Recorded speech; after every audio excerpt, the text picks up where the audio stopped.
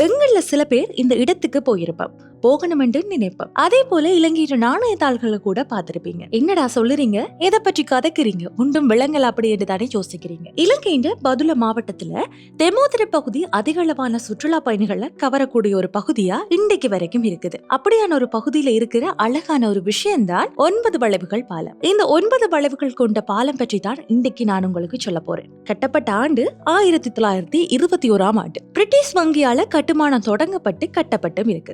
அதுலயும் என்ன சிறப்பு அப்படின்னா, பிரதான கட்டுமான பொறியியலாளர் ஒரு இலங்கை பொறியியலாளர். இதுல என்ன அற்புதமான விஷயம் இருக்குன்னு பாத்தீங்கன்னா, 100 வருடங்கள் பழமையானதா இருக்கு.